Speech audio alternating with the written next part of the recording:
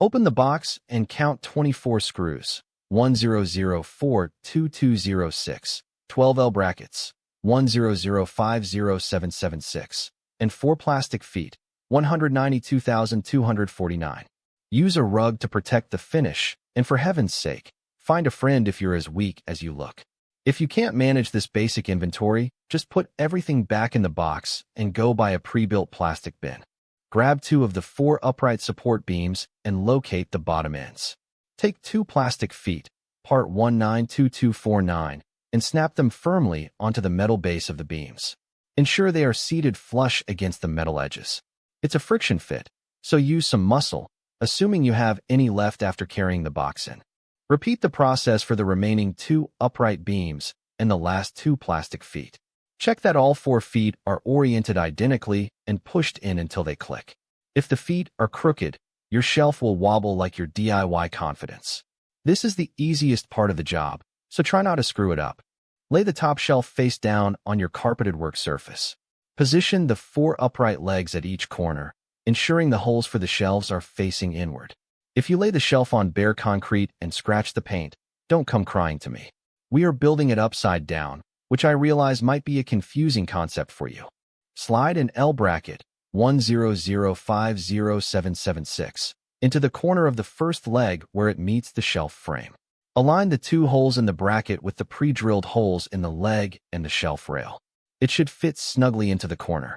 If you're forcing it, you probably have the bracket backwards, you absolute beginner. Take 2 screws, 10042206, and thread them through the bracket and leg into the shelf frame. Use the provided Allen key, 100092, to tighten them just until they are finger tight. Do not torque them down yet. We need a little play for adjustments. Or did they not teach you about tolerances in your How to Build for Dummies book? Move to the second corner and repeat the bracket and screw installation. Ensure the upright leg is perfectly perpendicular to the shelf before you start threading the screws. If the leg is leaning, your finished unit will look like a drunk man's garage shelf. Pay attention to the hole alignment on the bracket. It's not a suggestion. Finish the 3rd and 4th corners using the same brackets and screws.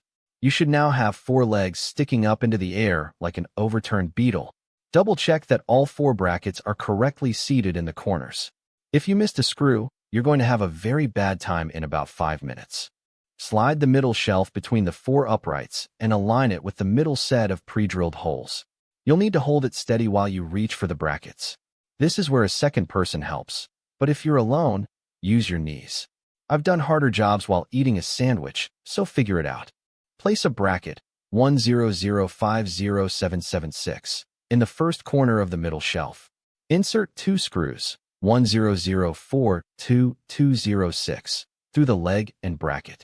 Just like before, keep them loose for now.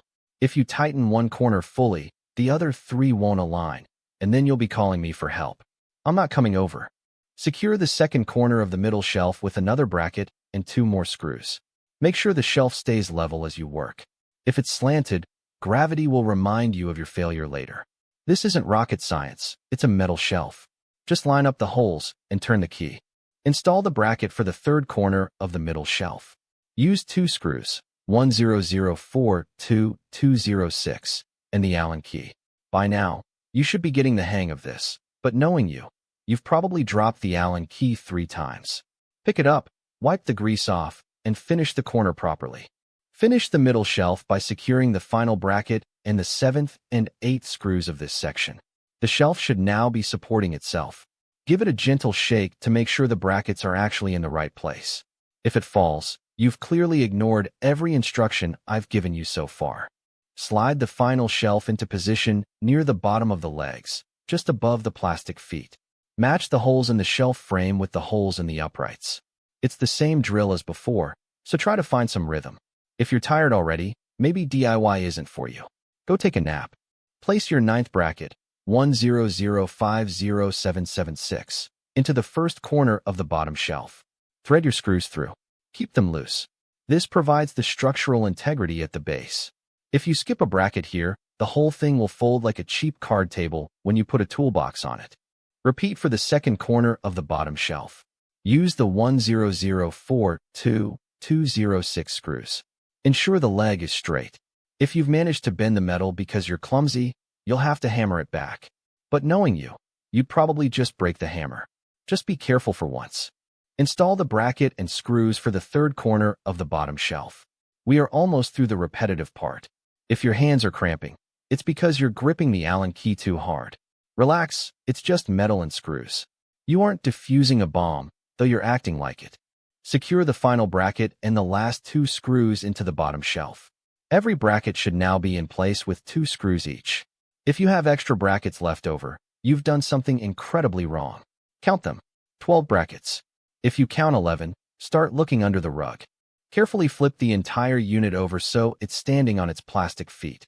This is heavy and awkward, so don't throw your back out. I'm not paying for your physical therapy. Once it's upright, move it to its final location before we do the final tightening. Metal doesn't like being dragged. Grab a spirit level and check the top shelf in both directions. If it's not level, adjust the positioning or the floor. If your floor is crooked, don't blame the shelf. A shelving unit that isn't level is just a ramp for your tools to roll off of. Use your brain. Now, and only now, go back and tighten all 24 screws, 1004, 2206, fully using the Allen key. Work in a pattern, top, middle, bottom, to keep the tension even. If you hear the metal groaning, stop. You're a human, not a hydraulic press. Just make them tight enough to hold weight. Wipe down the shelves and check one last time that no screws are loose. If the unit wobbles when you touch it, go back and find the screw you forgot. You're finished, assuming you followed the directions. Now go put your tools away and try not to hurt yourself for the rest of the day.